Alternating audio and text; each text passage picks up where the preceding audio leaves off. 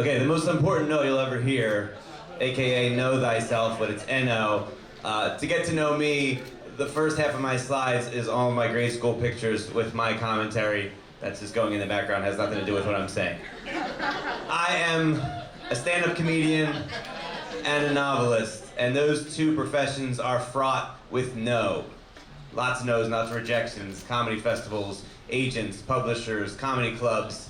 And they're all important because they teach you something about yourself. Sometimes it's you, sometimes it's them. But the most important no you'll ever hear comes from your own lips. You need to pay attention to what you don't want, because that's the real key to your happiness. When I was 11, I decided I wanted to be a novelist. And I wanted to be an international best-selling novelist. That was my goal. And for the next 22 years, I worked really hard at getting good at writing. And when I was 33, I had an agent on the hook. She wanted to read the whole book, and she read the book. The ending of the book, very nihilistic, very dark. And when she got to the ending, she wrote to me and said, "David, what were you thinking?" She said, "This is so dark, I can't sell it. If you change the ending, I will be your agent and we can go out to all the big publishers. But if not, I think you should just self-publish."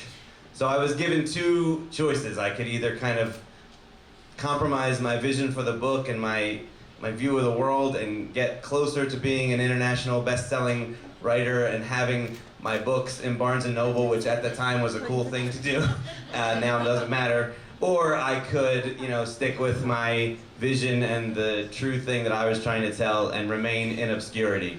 And I agonized over that decision for a couple of days. I took it very seriously, and at the end of those couple of days, I wrote to my agent and said, I can't change the ending.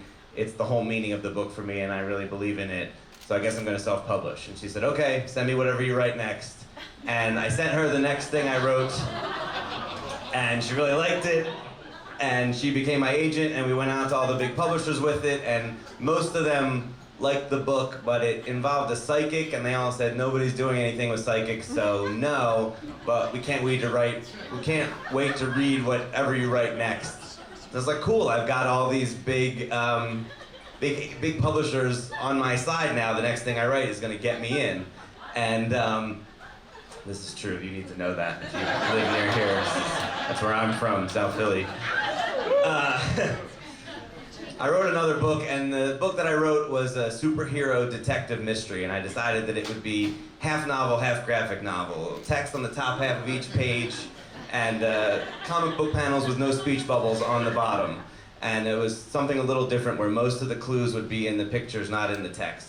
And I spent a couple years writing it, and I gave it to my agent, and she said, "This is great, but I don't represent illustrated novels, and none of the editors that we got our foot in the door with published illustrated novels. So if you just make it a regular novel, we can go back to them, but if you keep it this way, you're gonna have to start over and get a new agent and everything."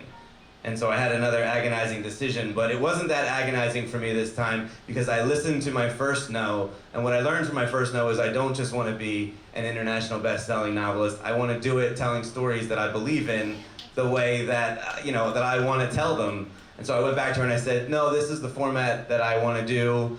And she was great. She tried to help me find a new agent, and all the agents wanted me to make it a novel, and all the publishers wanted me to make it a novel, and the comic book publishers just wanted me to make it a comic book.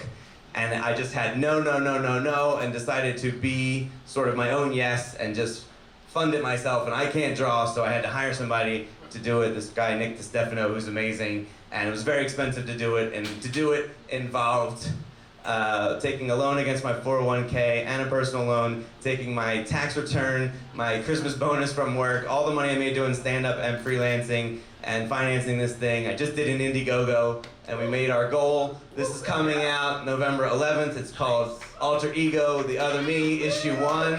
And I did it the way I wanted to do it, and I'm really proud of it. And hopefully it'll sell 1 billion copies, and my book will be in Barnes & Noble. So listen to your no. Pay attention to what you don't want to do. It's very important. Listen to yourself, and then you can be happy doing what you're doing. And if your teeth are jacked up, get braces. Thank you guys very much. You're awesome.